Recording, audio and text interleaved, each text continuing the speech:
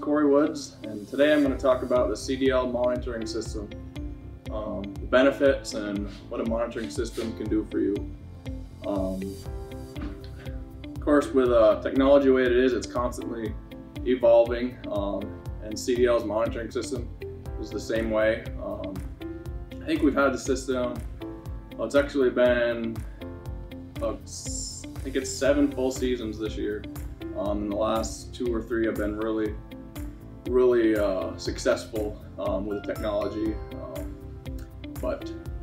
So with a CDL monitoring system, you're obviously going to increase productivity just by having a tighter woods, less leaks, higher vacuum. You're going to get more sap. And then you're going to save money, less labor. So with a monitoring system, you don't have to check every line, valve check. You can actually see exactly where you're going to head to in the woods to check for leaks. So for increasing productivity, you're obviously, like I said, higher vacuum, more sap, tighter woods, longer runs, longer season. What I've noticed with my own system, with a monitoring system, you can have little to no frozen lines. So you can have the ability to have vacuum at the end of the lines in the low 20s Fahrenheit, and so sap can start running at 32 degrees the next day. So what I mean there is, what I noticed with my system, it might be 38 degrees and a line starting to freeze. And then it stops running the rest of that day. And then the next day, sometimes you gotta wait till it gets 50 degrees until that line runs. So without a monitoring system, you don't realize that. You just look at your gauge on your releaser. Oh, I'm getting 27 inches, I'm good. But in fact, when it warms up, you're probably, without a monitoring system, your vacuum's dropping because your lines are unthawing. But with a monitoring system, you can actually keep that at 27, 28 when all your lines are getting vacuum at the end. So that next day when it hits 32 or higher, if your lines aren't froze, your sap's can start running at 32 and higher instead of waiting for 40, 45 for those lines to unthaw. And then you're gonna have less labor. Realistically, 1 person per 10,000 taps after the initial leak checks. So when you go through tap, obviously everyone always has, they miss drops, hanging, so your vacuum's low, you got the big leaks to fix, the initial, but once you get that tight during the season, realistically 1 person can handle up to at least 10,000 taps by themselves. And with less labor and with the monitoring system, you're obviously going to make less trips to check on tanks, pumps, releasers, so you can actually look at your tank sensor, roll over in bed, say, oh, 50%, I can sleep longer. Or without monitoring, you might get up, go check. Your tank might be overflowing, or it might not have ran that night. But with a monitoring system, you can keep up with all your other needs. Now what I'm going to show you on this slide is how the monitoring system works. I'll start with this. This is the control base. So if you were to have a CDL monitoring system, you're only going to have one of these units. This connects to the internet. It's highly recommended, internet is. Because without internet, you can't see it remotely. You can't see it from your cell phone. Internet is what gives you the ability to see it anywhere you have an internet connection. So this is called the control base. Then this is the gateway. This is also hooked to internet. And all the vacuum sensors in the woods communicate to the gateway through radio frequencies, like a walkie-talkie. So all the sensors in the woods, they relay all their information to here. Then this communicates to the control base. And then if you have multiple sites, you're still only going to need 1 control base. You'll just need a gateway at each location. So one of these gateways can handle about 200 vacuum sensors. If you have more vacuum sensors at one location, you just add a gateway. But if you have 3 or 4 pump houses, you'll have one of these at each location. All the same login, so these gateways can actually work off a remote cloud server. In the past, you needed a special internet called static or fixed IP. With CDL monitoring system, you can have one login with multiple locations, an unlimited amount of sensors. Here's the vacuum sensors.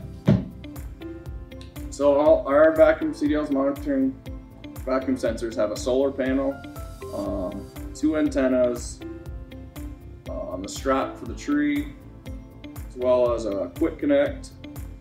So if you ever had to take the sensor out of the woods, you can just untwist the sensor. If you have vacuum on that line, you can pop this cap off, twist it on there, and shut the vacuum off, or so you don't have a leak.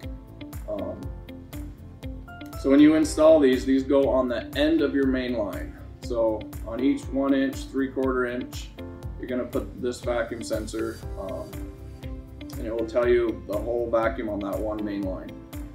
If you get any leak on that main line, it's going to show it. What you'll find the first few years you have a monitoring system is a lot of stuff you did wrong, like sags in your lines, or you just don't realize how much a saddle can actually leak, or one little nick in the tubing can freeze your line. It might be 40 degrees and it will freeze that line just with a little squirrel chew or anything. You notice that a lot with the sensors. And with our sensors, they can be out in the woods all year long.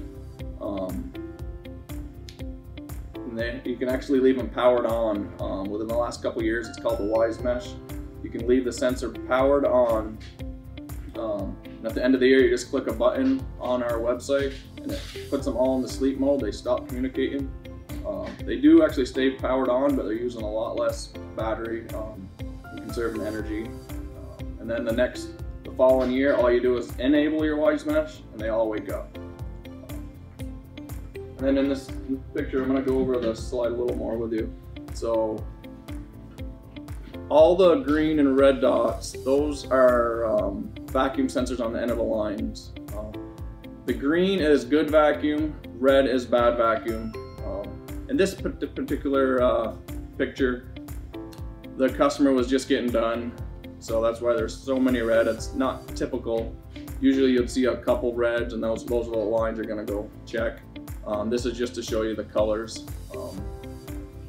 But the colors are all based on the customer's preferences. So if they like 27 and above, it's going to be green. Say 24 and below, red. In between could be like a yellow color, and you can choose those. But in this picture, you can see the gateway at the top. That's where all the sensors communicate to. And then you can see like the yellow and orange and green, some red lines. Those are the signals for the sensors to relay back to the gateway. So it's called like a mesh system. So say all the sensors that are in the back of the woods. So look at the bottom right of that slide. Without the help of all those other sensors, they're green in this picture, the information would not relay back to the gateway. So if you wanted to set up a woods and you just want to see the vacuum in the back of your bush, you're going to need some sensors in between to relay back to the gateway. And also in this picture, you can see the main lines of this customer. They actually drew them in, so they had it mapped, and then drew the lines in. You can actually, with our system, you can correlate like the red line to the red sensor. So if the sensor is red, which means bad vacuum, the whole main line is going to turn red. If the sensor is green, the whole line's going to turn green. There's also a black that you don't see in this picture, but when the sensors are in sleep mode, they'll actually be black. That just means they haven't communicated in a while. So, and that's also another preference you can set for when they turn black. So say an hour, 30 minutes, you can have them turn black on the screen. Like I mentioned before, the Wise Mesh. So some of the benefits of a wise mesh are automation. So it's called wise mesh, so it's a smart mesh. So the sensors kind of communicate to each other based on what you have set. So you can have the ability for pumps to start and stop, valves open, close, or modulate based off of a tank height, temperature, or vacuum. So if you wanted a transfer pump to kick on automatically based off of your tank sensor, you can do that. So say your tank sensor is set at 80%. So when it hits 80%, you can have that transfer pump kick on. This kind of takes the place of probes or floats. And you can also do the same thing. What I've had people do with a valve is an automated valve. When they have a pump house and the releaser is pumping, or a transfer pump's pumping up to another location, instead of going there at night and draining that line, they can actually click a button on their phone or on the computer and open a valve and drain back all that liquid, that sap, so it doesn't freeze in the line. And they actually base that off the temperature. So when one of the sensors read 32 degrees out in the woods, that valve actually opened. And then the next day, I think they had it set maybe 34, 35 degrees, that valve would close, and then it would work like normal, their transfer pump. And then, so with the wise mesh, there's that sleep mode. So the sensors can stay powered on all year long. You disable the wise mesh at the end of the season, and then they'll go into sleep mode until you're ready to use them next. And with our wise mesh, say per 100 sensors, so if you had 100 sensors out in the woods, it's most likely that you're going to have less than 5 minutes that they all send data back to the gateway. So if you see your data of your sensors, it's most likely within the last 5 minutes per 100 sensors. And with our wise mesh, you can actually have the ability to request a sensor to update. So say it's been, I don't know, for some reason the sensor's at 10 minutes, 6 minutes, or you want to see it, actual data right now, you can actually hit request and it will send a signal to that sensor, and then within a few seconds you'll have all the updated data. But yeah, so with our vacuum sensors, like I said, they're solar powered. No need to change the battery every year. We've actually had these sensors for about 7 seasons, and I've seen some of the people that had them since the beginning without changing them. And they have changed a few, but that's at least after 5 years is when they finally had to change a battery. And they're still running off some of the original ones. And then with ours, they have dual antennas. So one's for transmitting, one's for receiving, so the message is always clear. This allows for a lot more quicker data sharing compared to one sensor. They're also really small and compact. Like I said earlier, they come with the 5/16 quick connect and plug. So we do have singles and doubles, and I'll go over the advantages and disadvantages of both. Much less 5/16 tubing on a single, because it's going to be right at the end of your main line. When you set these up, you're actually going to set them up above the main line with the tube, with their 5/16 going down to the main line, so it's always empty, so it doesn't get any moisture or sap in it. And then also another advantage of the single is you're going to have more sensors out in the woods, so it's a stronger mesh. So there's more options for the sensors to relay back to the gateway. With doubles, you're going to have less sensors out in the woods and just less options for the sensors to get back to the gateway. Just the advantage of the doubles are obviously they're going to be more cost efficient per 2 main lines. but we recommend no more than like 100 feet between your main lines, and the sensor has to be above both main lines.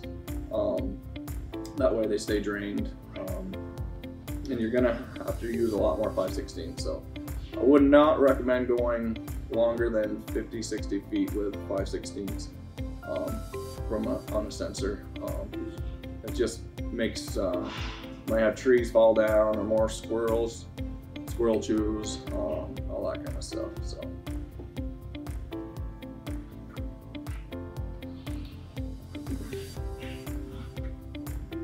For some of the other monitoring equipment we have tank sensors. So these sit above your tank and they read ultrasonic. So it gives you like a 0 to 100% reading. So say it's 50% full, it's going to be 50% on your cell phone or on the screen.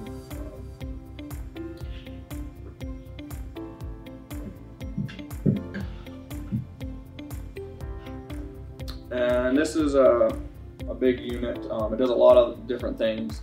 It's got 2 analog inputs and 2 digital inputs,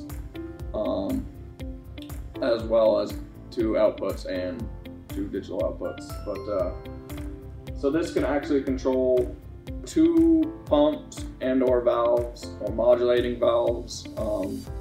So this unit is what does all the automation. If you want to start your vacuum pump from your phone, it's going to be hooked into here. If you want to open and close a valve from your phone, it's going to be hooked into this unit.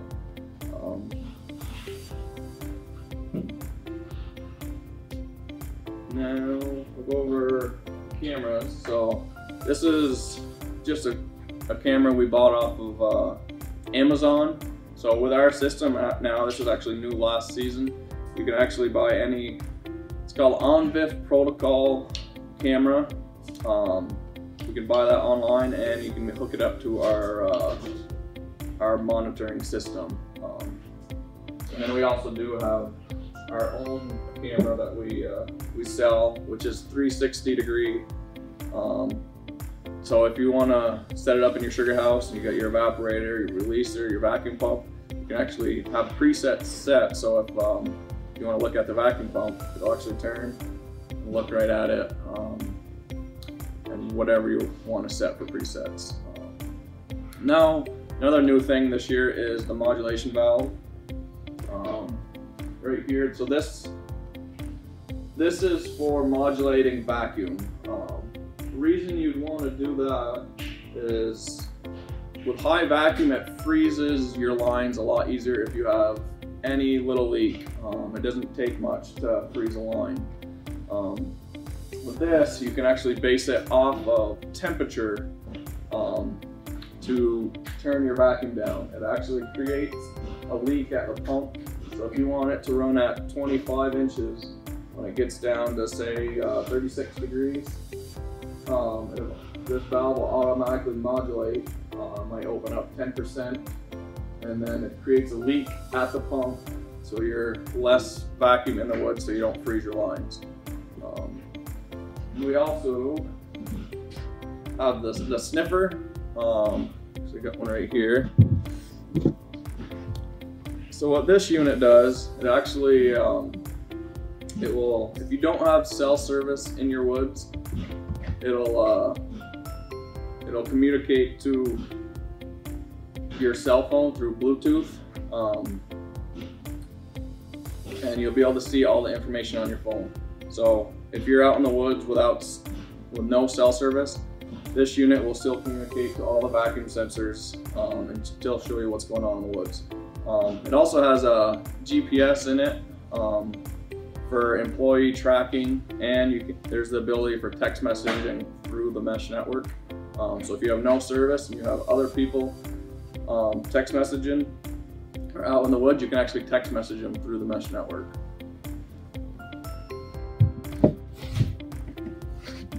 Like I was saying before, so the modulation, this is a new trend that's kind of happened last season.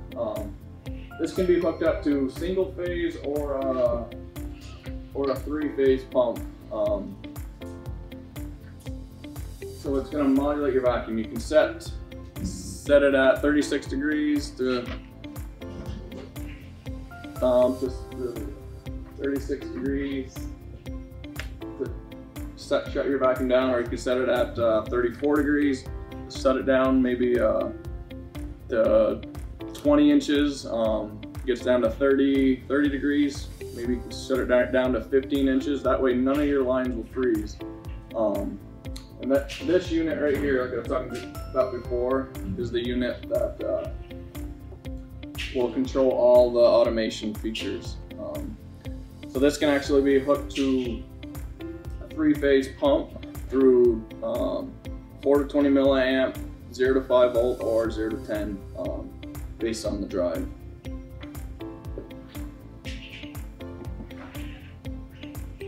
So this slide is just showing you some of the automation setup.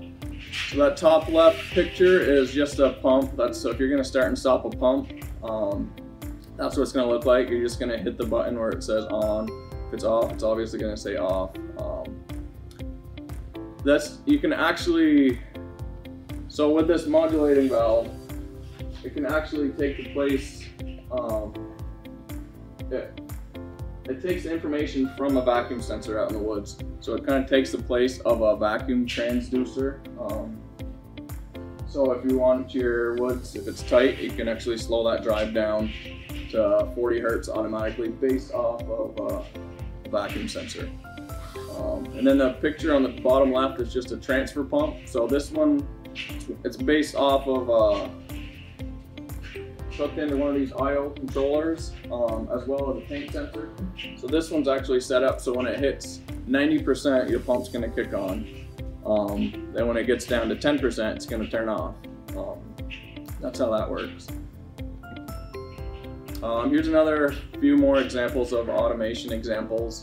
So if SAP tank 1 height reaches 50%, you can have a valve open. So with these on, it's actually going to do that. So if you have, say this tank hits 50%, this valve can actually open up. Or if you want that valve to open up, whatever you have preset. So you can base that off of your height sensors, temperature, or vacuum as well.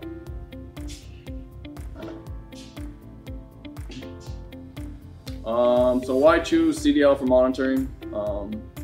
Our customer service, so CDL has a team dedicated to the monitoring system. Right here actually in St. Albans, we have 2 people that's all we do is work on the monitoring system. And then up in Canada, we actually have a team of engineers, field crew, that's all they work on is the monitoring system. So if you have any issues, you just contact us and we got somebody that can take care of the issue for you. And we're the only smart mesh network on the market, so like how our sensors communicate to each other. So you could actually have a pump way down in the woods, maybe a mile, 2 miles back. You can hit a button from your phone and it can start up. None of the other mesh networks can do that. And it's the only system that's allowed to stay powered on all year long. And you can actually put the sensors into sleep mode with a click of a button at the end of the season. Big thing is solar powered. Nobody wants to change batteries every year, so if you have our sensors, you're probably going to have to change a battery maybe once every 5 years. And then quick communication between the sensors. So if you have 100 sensors, probably most likely less than 5 minutes communication time. Another good thing with our system is you can access it anywhere you have internet. It can be on iPhone or Android.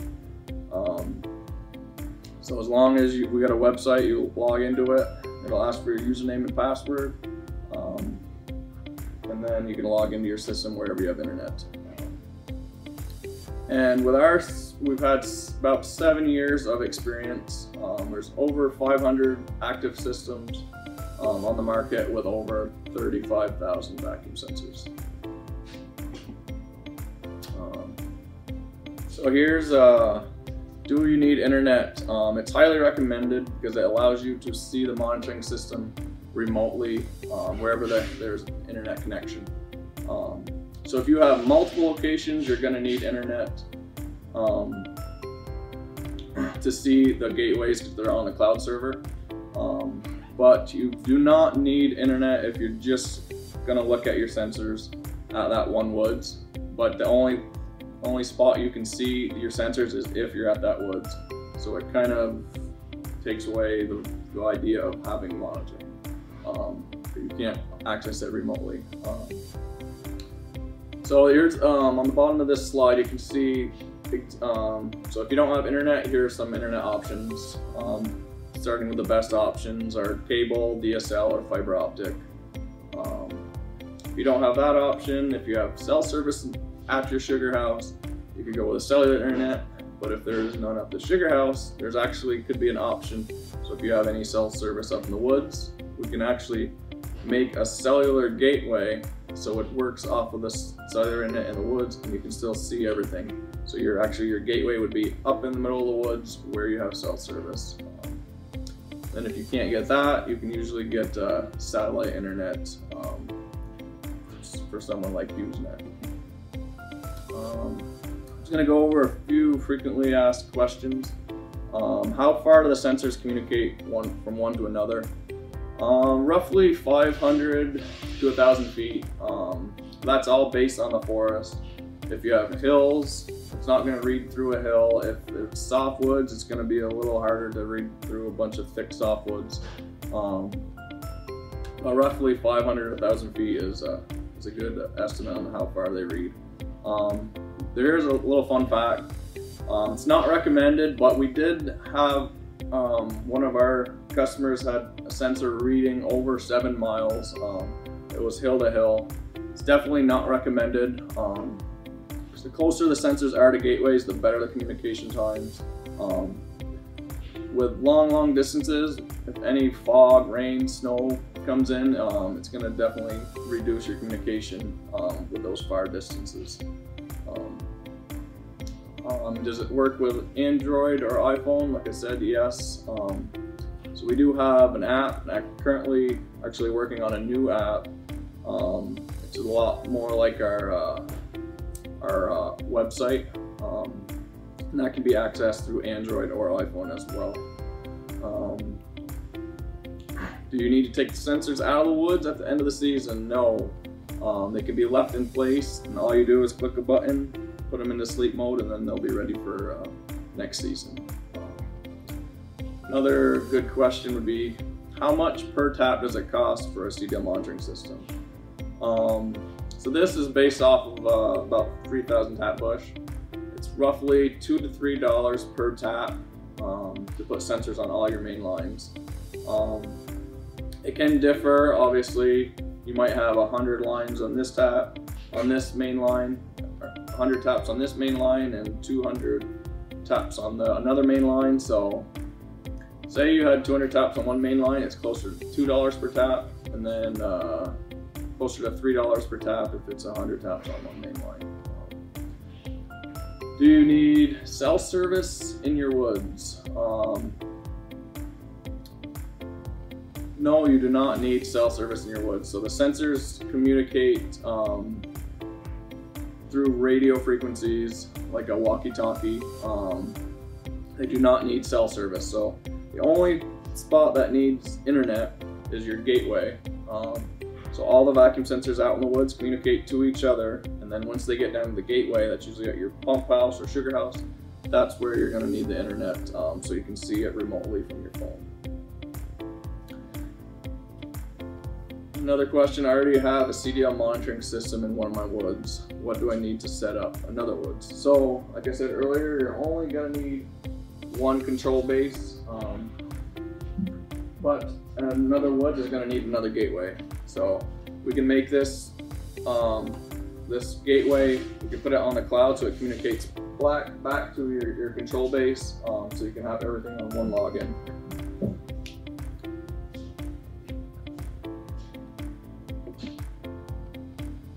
Here's just a few screenshots of some monitoring systems. one on the left is the one I showed you earlier, and then the one on the right, those are all black. So that's what it's going to look like when your sensors are in sleep mode. Then at the end of the year, you're just going to enable it, or the next year, if you're ready to tap, you're going to enable your sensors and they'll all wake up and they'll start turning red if there's no vacuum, green if your vacuum is really good. Here's just another, this is another example of how you can see the information of the vacuum sensors. So you can see the name, that's the name of the line. So the top one's R6. And the station, that's just how they group all their sensors. The delay, that's just the last, so 3 minutes and 44 seconds ago. That's when that one sent that information. Then you can see the releaser differential, so that's the difference. So this guy has a sensor on the releaser, so it compares the releaser to the woods. Ideally, the releaser should just about match the woods if there's no leaks. And then all of our sensors do have a thermometer, so it keeps track of the temperature. So right here it's 44.3 degrees, and then it shows you the battery life of the sensor. So here's a good tool with our monitoring system. This is a freezing report. So it shows you the main line, the station, how it's grouped, and then the vacuum and the temperature. So on this list you can see that they were all freezing above 32. That's because of high vacuum with just a little leak. We'll look at the top one there, J12. It froze at 35 degrees. Obviously because it had some air coming in. So this particular customer had it set to show up on this report at 15 inches and lower. So once that line dropped below 15 inches, it's going to pop up on this report. And this is just a picture on our website of what the tank sensors will show you. Another thing I didn't mention, you can actually set text messages. So we'll look at this one at the Kingsley tank. Say it hit 80%, you could have a text message sent to your phone saying that it hit 80% or whatever you want to set it at. You can do that with our vacuum sensors as well.